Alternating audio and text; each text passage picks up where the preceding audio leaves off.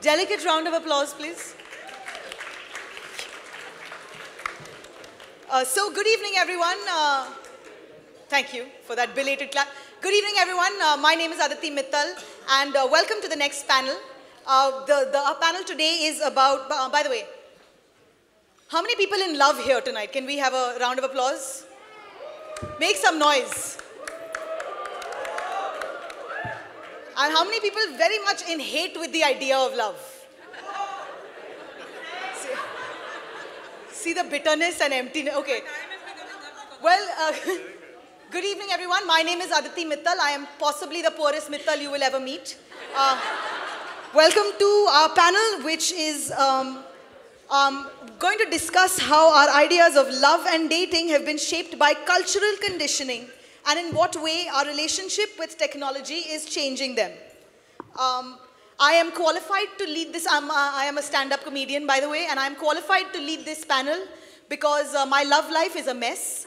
And I have been writing miserable jokes about it, and people have actually been paying me money to listen to those jokes. So I've managed to milk it for what it's worth, which I believe is my lead qualification to discuss love. But also, you know, I wanted to talk about this one thing is that, you know, people say, there's a saying that goes, men are scared that women will laugh at them, and women are scared that men will kill them. That's not a hooting statement, miss. What are we in the wrong group? God. She's like, yeah, kill them, that's right. Okay, so, you know, and I want to say this as, and I will never be allowed to forget it, is the fact that I'm a female stand-up comedian. See that? I don't even have to say anything funny. It's great. So I'm a female stand-up comedian, and when I started doing female stand-up comedy, I did not realize that female people doing stand-up comedy was supposed to be as unique as a monkey typing Shakespeare. Like, everyone was like, oh my God, you're a woman, but don't you get your period all the time? Like, how's this? No, just 5 days a month, 3 on few. But as a female comedian, the difference I have noticed from my male counterparts is the fact that every time that there's a show, and you know, my hot, good-looking male comedians are done with their show, there's always this gaggle of hot chicks. This gaggle of like, oh God, he's so hot. Can I sign my cleavage, please?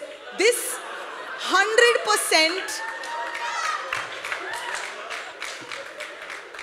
And when I step out of a show, it is the set of Ahat. Sannata, sannata, sannata, dead silence. So, and I've realized this, that being a comedian and a female is not exactly the hottest thing for my love life. It has been, in fact, if anything, almost bad for my love life. Because every time I meet a guy, the first thing he'll do is like, I'll tell you a joke. I'm like, nahi yaar, main kaam ke liye karti hu, please. Let's just keep this conversational. Hello, how are you? Finish. On stage, I have made a conscious effort to desexualize myself desperately. Which is why you can also see I'm kind of dressed like a garbage bag at a formal occasion. Like, I'm like a corporate garbage bag right now. So I try very heavily to desexualize myself because I realize that nobody is going to laugh at a bunch of jokes about how much I get laid. Right? So I like that you find it funny. It's fine. It's fine. But I've realized that love and dating and, you know, everything in between has come a very long way in the past decade. And our panel today is, I'm not going to say the whole name, PR 2.0 or beta version or whatever, this Beti version. And I'd like to introduce to you my panelists for today. We have with us Ms. Paromita Vohra. She is a documentary filmmaker, a columnist, And she is the creator of Agents of Ishq, a multimedia platform that does digital projects that explain, that have the conversation between love and sex and everything else in between. And Paromita, if I come off like sounding fawning or like too fangirly at some point, it's intentional. We have Taru Kapoor, who is the head of Tinder India and a Harvard graduate. And that's pretty much everyone's wet dream right here. We have Mayank Shekhar, who is the cute boy of film criticism. The enfant terrible, the connoisseur, the rendezvous with Simigareva. Can we have a round of applause for Mayank Shekhar, please? And of course, we have with us Parmesh Shahani, who is the head of India's Godrej Culture Lab. You're the first guy who made going to a lab fun. Like this is, and of course, is the editor at large of Vogue magazine. मैंने कहा Verve magazine. And of course, a fellow in every aspect. I think you are a Yale fellow, a TED fellow, a dirty fellow, yellow. I'm also a very good bed fellow, but lots of guys know that. It has begun, ladies and gentlemen. Well, okay, and so let me begin with this. May I have my first question out to you, Paro? So, Paro, actually, I've known you online for a while now. I know that you've been, you were one of the first few people that I started following when I joined Twitter, and you know, sort of your work has been around for a very long time in the e-space. What has been the evolution of dating sites and dating apps, or this love 2.0 that we are experiencing today? So, I mean, the thing is, I'd like to just make like two distinctions, which is people always talk about how technology has, you know, transformed how people are having sex. So the shocking revelation is that people have been having sex always, right? So technology has not enabled them to have sex. And that's really important to remember, because I think what technology has done is every time there is a new technology, whether you can write letters, whether you can send telegrams, whether you have a telephone, all these technologies alter the way in which people connect with each other across boundaries. And so they kind of throw into upheaval whatever boxes have been created. You know, that whether marriage is the only way that men and women can be together officially, that gets kind of rewritten every time that there are new technologies. And I think in India, with the coming of the internet, obviously it's been revolutionary in the sense that it creates a private space for people. Everything is not done publicly and culturally as once it was, right? I mean, a chat room or now the phone and WhatsApp and dating platforms, they enable you to be more private in your publicness. So where first you went away to a public park, which was very far away from your own mohalla, to make out with some fellow you liked, now you can kind of do it at home.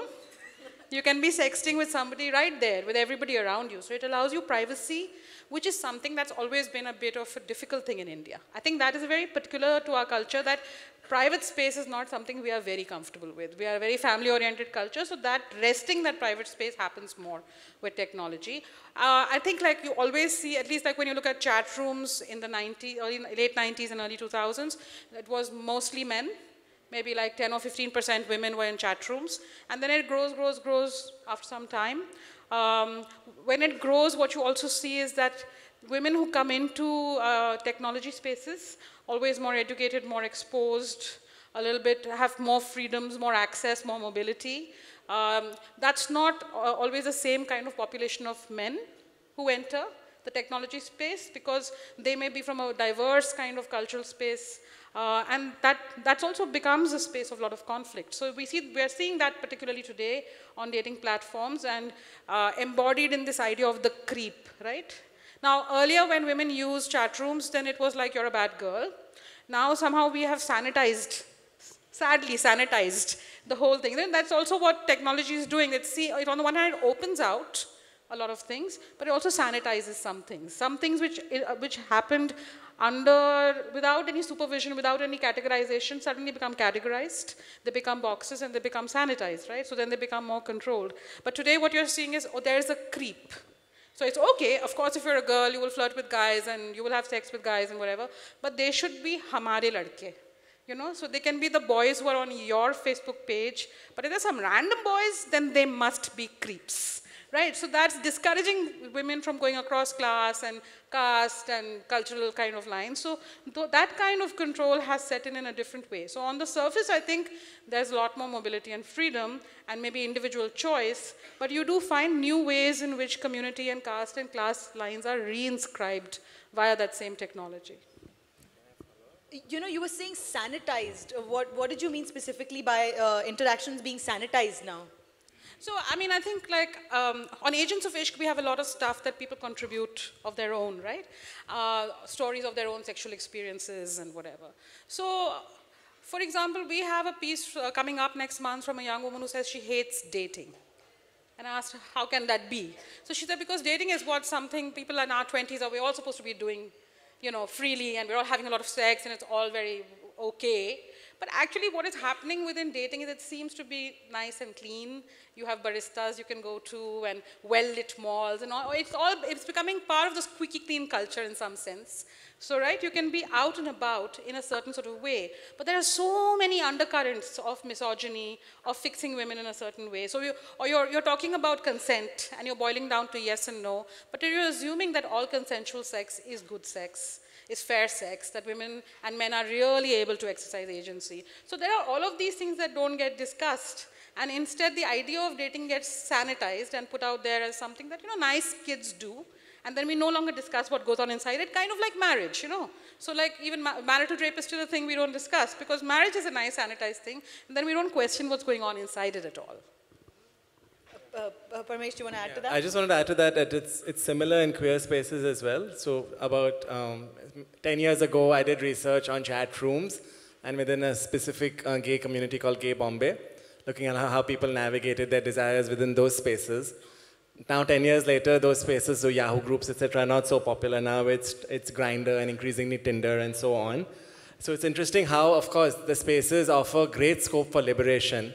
And categorization is one way of liberating yourselves because unless you don't know a whole range of categories, for example, top, bottom, bear, twink, so on, it's a way of actually discovering or articulating your desires first to yourself. So first you articulate, then you break free.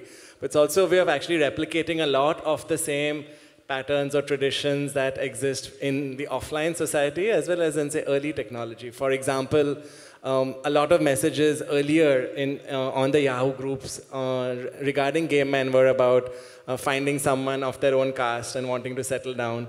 Likewise, a lot of Grindr messages, etc., might be very much about, and there's such, it's so jarring because sometimes you'll see a picture of someone's bottom or someone's chest or a naked dick pic. But then the profile will be very much about wanting to settle down, not here looking for sex, and so on. But I actually find it very interesting about how technology gives you the opportunity to, of course, to exercise both your freedom and your fantasy. But I look at it also at how we are using it to replicate, you know, sanskari ideas that we've got from somewhere or somehow. So I look at, for me, the jarring bits are the most interesting because seeing someone's dick pic and then asking them why they don't want to, if you put up a naked picture and then you write about how you're looking for a serious relationship, I find that very, very interesting. I find that very interesting. So me exploring that juxtaposition is what actually turns me on intellectually. Nice. I like that the one picture is a dick pic, the second picture is an e-kundli. You're like, dekh lo whichever one you want. That's amazing. And Mayank, if you could weigh in on this as the Jean Telmont on the panel. Yeah, clearly. The only male heterosexual perspective on this issue. Oh no, yeah. We never get that perspective. Don't categorize, okay? Don't categorize. Mama. You know, we only categorize so we can break out of it. Yeah. True. No, I'll tell you what, and I can only speak, I grew up in this city, and I can only speak for how it must be, like Tinder or apps of this nature must have emancipated the man hugely, and I'm sure women equally, but that's another perspective altogether. But you know, having grown up in it's like Pakistan, right? So there are quite a few terrorists, but it gives the whole country a bad name. There are quite a few creepy men, but it gives all Indian men a really bad name. And across the world, it's a very, very bad rep. So, and I'm talking about metropolitan, urban, male, as it were, and they, they watch Friends, and, they watch these American shows, and then they go to a bar, and then they, say, hey, hi to a girl at the bar, and say, hey, creep. You know what I mean? Because that's what has been the general perspective of what a man is. Someone you don't know is necessarily a creep, as you rightly pointed out. So from there on, I think the fact that, so then where does a guy meet a woman anyway? So it could be school, it could be college, thereafter where? It could be workplace, but then, there's an issue there. I mean, there can be problems at workplace. And then where do you go? You can't go to a discotheque because couple entry, guys. So you already have a girlfriend, which means you've already done all those things you want to do, so you can't go there. You go to a bar and you can't go up and say hi to a woman you don't know. Or you could be at a party where there are like some 20 men and there's one woman who stayed back, right? And there's a penis fencing going on for the last person who didn't leave. So that everyone's fighting for that one girl because most girls will leave. So I think what it does is it creates a space where I can look at a picture and say yes, say no, say yes, say no. And that desperation of being like this creep where every time you meet a woman goes less because you know what, maybe not this one, maybe the next one will work out. So I think technology in that sense must have been quite enabling, from back in the day.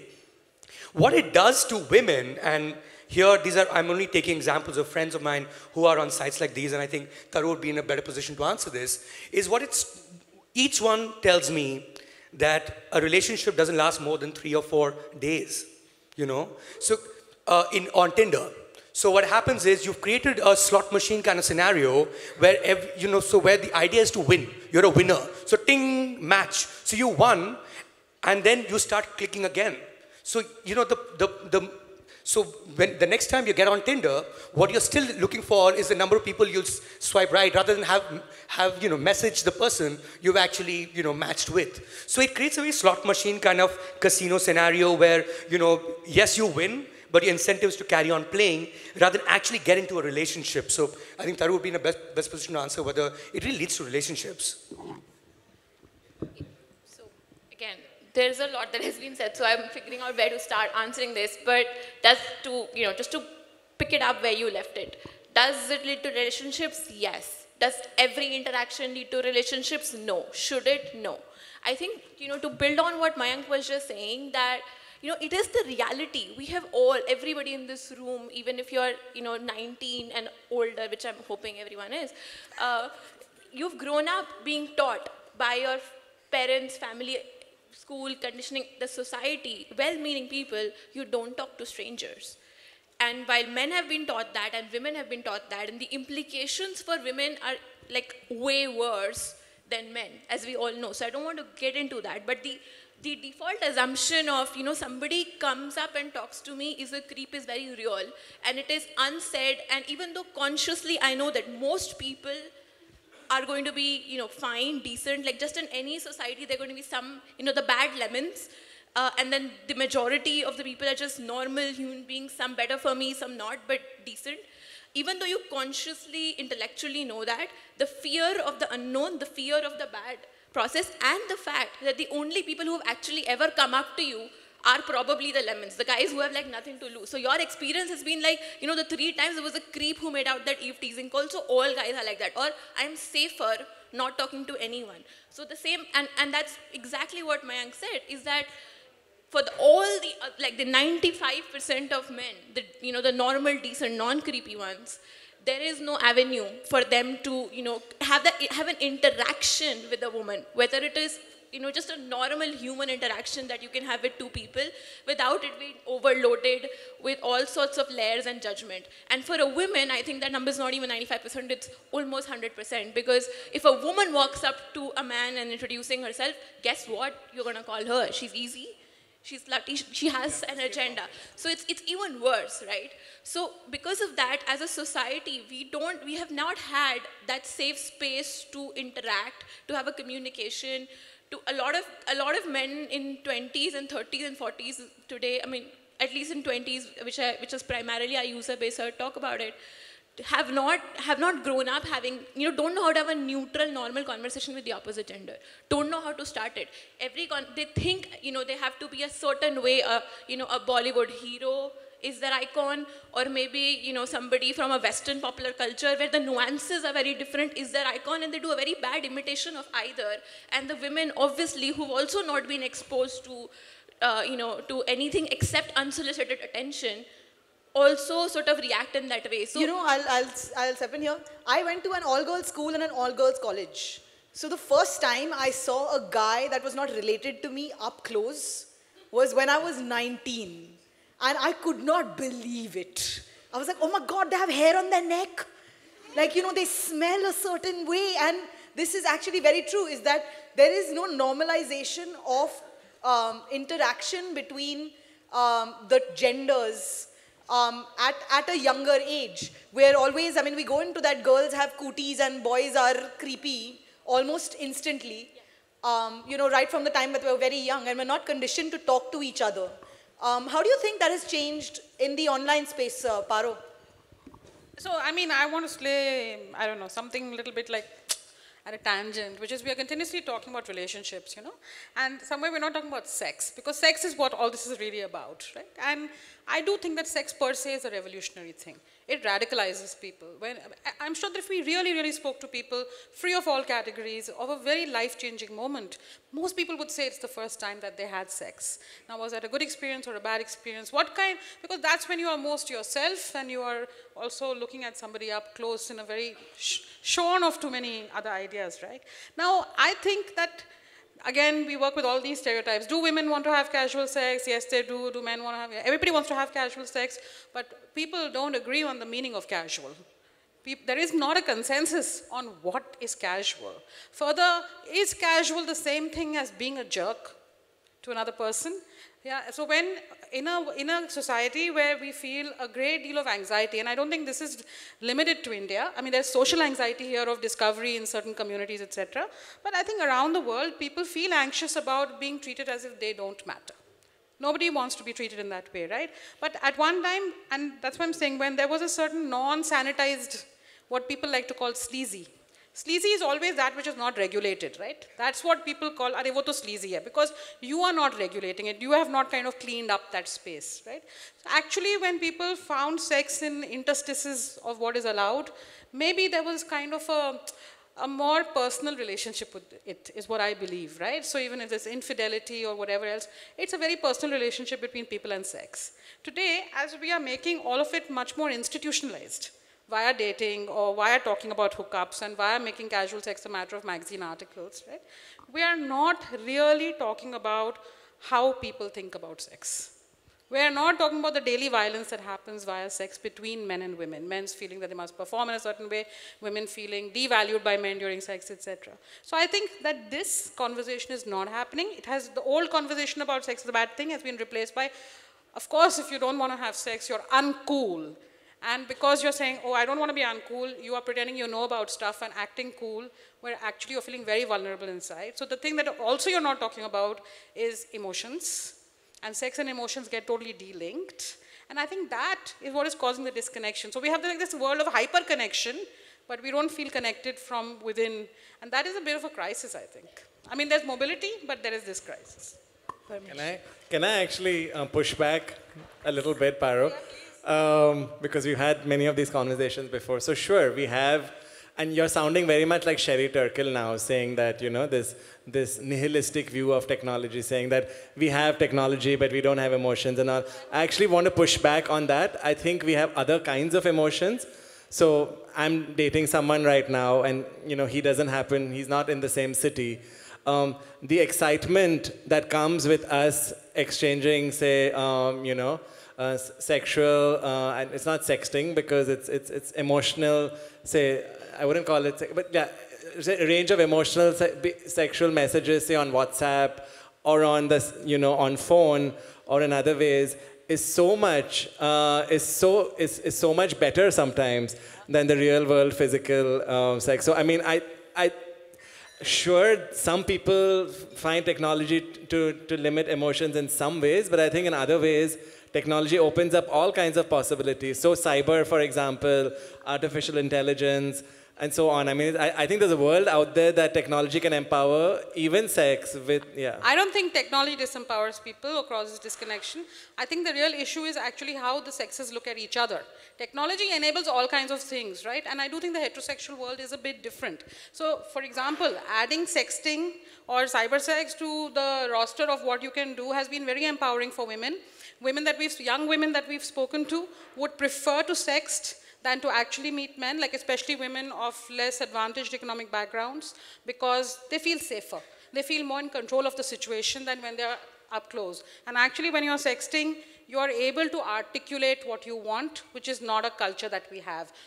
So people get to try out their sexual personalities. All of those things happen. Actually, I think what I'm talking about is that there's not enough feminist work done, in a sense, to talk about what sex means to us, what we think of other people as.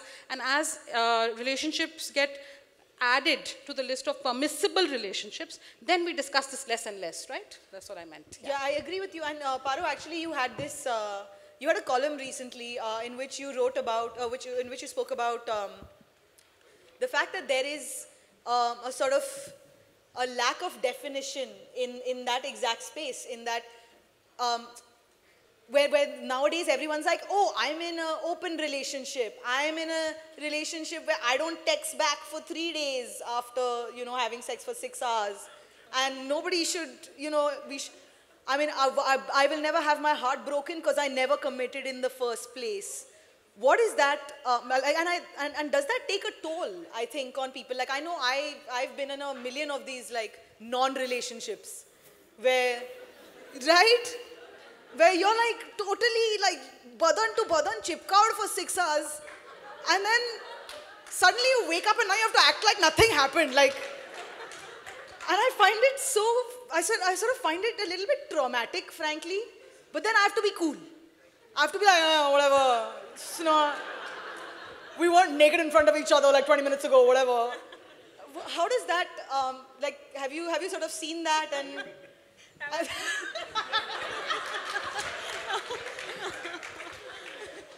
I think it's different for different people, right? Like, the thing is, I mean, what we're really saying is that, okay, so there are people who've always been players, like men or women that have always been players in the history of intimacy.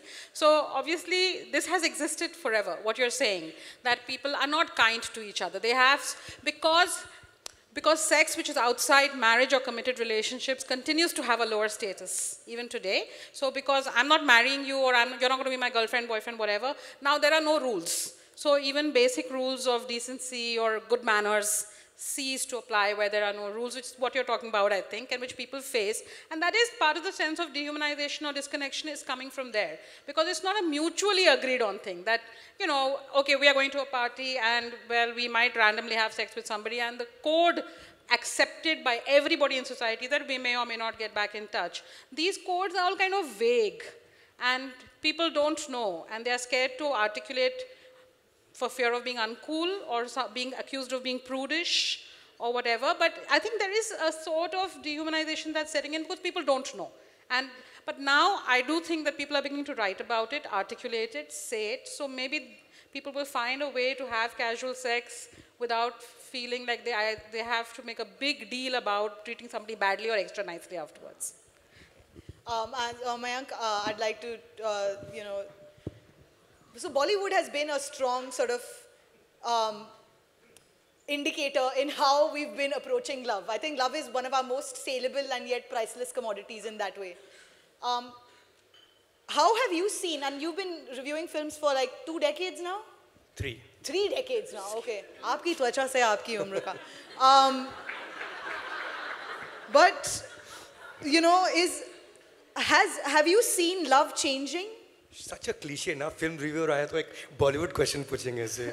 Bollywood का बंदा है तो करना पड़ता है ना. See, the way we've noticed, and it's so obvious and so, I mean, doesn't even need much of pontification in the sense of that same unequal relationship that we saw on the street is what we saw on the big screen. And, we constantly blame politicians the same way that Bollywood in the same way that we blame our politicians, but they really reflect the world we live in. They don't, and at some level they exploit the world that they dish out their politics or their films too, because Bollywood was shut down if the movie was a flop. And the reason it's not a flop is because that is the prevailing ideology among men, कि यार boss, वो जो बंदी है ना, वो तेरी भाभी है. They've never met, but वो तेरी भाभी है. Now all these, heroes, buddies, they all know that that's the bhabhi, right? That's so creepy, right? dude. Yeah. And they've never met, huh? There no conversations happened in the film. Or they could be Anil Kapoor, or they could be even Amir Khan for that matter, where he gropes Kajol in a recent film. Fana, correct. Because she's blind. So yeah, because she's blind, that's perfectly chance fine. Marlo. So there would be the hero who's constantly stalking this heroine, and he actually gets the girl. That's the worrying part, because eventually Madhuri Dixit does become Anil Kapoor's girlfriend in the film, because he stands outside the balcony for days on end. And that's one aspect which reveals the world we're in. The other aspect which I found, again in a very obvious sort of way, are the rape scenes. You go on YouTube and you type hot rape scenes, and you get Prem Chopra in a quote-unquote hot rape scene. You know what I mean? It tells you something about the world we live in. And there were producers... Prem Chopra should never show up in anything hot, first of all. Wo uski shakal... See some Prem Chopra fans over there. Like, how there better be someone, come on. Yeah. Okay, Ranjit, let's just change the name. So now clearly that scene was being inserted while the scene was violent. And of course, there's a girl who's going to be, there's a girl who's being assaulted. But after like a few things that have happened to her clothing, the hero will walk in and the scene gets over, because, he's going to save her, save the damsel in distress. Sleeve missing. Yeah, but that one sleeve missing is actually for hot rape scene. And it tells you a lot about the world we live in, And but I think in the first part, the second one is far deeper, and I think needs far greater examination in terms of looking at why and how that happens. But the first one about the girl and the codes, the cultural codes about how a girl and the guy will meet, I think technology has hugely changed that because of what we just discussed. There's a guy who suffers, there's a normal Indian guy who suffers from a creep syndrome. He hasn't told you a very heteronormative way of what a relationship progression should be, whether it is marriage or whether it is three dates. I will say this because we're running out of time. But so, it's true, there are two layers to this. There is the fact that technology has changed the way we have access to people. Is that dating apps today are more intro apps. It's like a swayamvar on a phone kind of a thing, right? It's Pammi auntie who is in electronic form. Because she's also saying photo lo, photo lo, photo lo, photo lo, which Tinder also does, or which most dating apps do as well. And the sort of deeper aspect of it, which is and of course it's not going to be a uniform code. There is not going to be any single way that dating and will be approached, or the norms of love and love making will proceed. And so, any last words from all our panelists? One line for the hamper? There's nothing in the hamper. And I hope we get to take some questions, but I think, pressing upon what Paromita said earlier, we really need more research about how we include various possibilities of desire in this, but we also need research about what we exclude. Some of the people I know who are working on, say on Grindr, which is a gay male dating app, talks about how physical spaces as well in Delhi are excluding, say, to Dalit gay men, but how Grindr itself has created either conversational or other codes of entry and access which make a lot of Dalit gay youth feel excluded. Now, all I'm saying is this is such an important topic for, how we are going to construct and imagine ourselves as Indians in the future. I really think we need a lot richer, we need to theorize it, we need to do a lot more research on it, and I'm really looking forward to what will come out of it. Yeah, Well, the reason I picked up the mic is to ask a very simple question to Taru actually, is as I understand the point of the platform itself, but what do you think of human beings as playing cards and swiping left, right? Because that can happen, like for instance Hinge very recently decided to do away with that, and the CEO sent a very long email about what it's done to relationship culture in general, responding to a Vanity Fair piece. I'm sure you know about that, Taru. What is your response, given that Tinder didn't respond to it at all? Actually, may we take that, can that be a question that we can discuss post the panel? If anyone wants to approach, our panelists will be around. If anyone has any questions, please come by. I'm sorry, unfortunately, we don't have time for... Oh, sorry. No, but I agree with Parmesh, and to also add to what Mayank was saying, we need a lot more narratives about people's individual sexual experiences. We are just got these assumptions of what rural women are doing, and we are subject to these terrible market surveys which say that now more women in India are open to oral sex, but as compared to when and what, nobody actually knows, So all this faulty data should go. And because it only serves certain kind of corporate consumption ideas, and there should be more art. One of the reasons why women don't know what to expect from men in terms of decent behavior is we never seen it. People think that only if you get married then a person has respected you, right? So in a movie you've never seen what respectful sexual hotness actually looks like, right? So yeah. Thank you so much, everyone. Can we have a round of applause for everyone on the panel, please?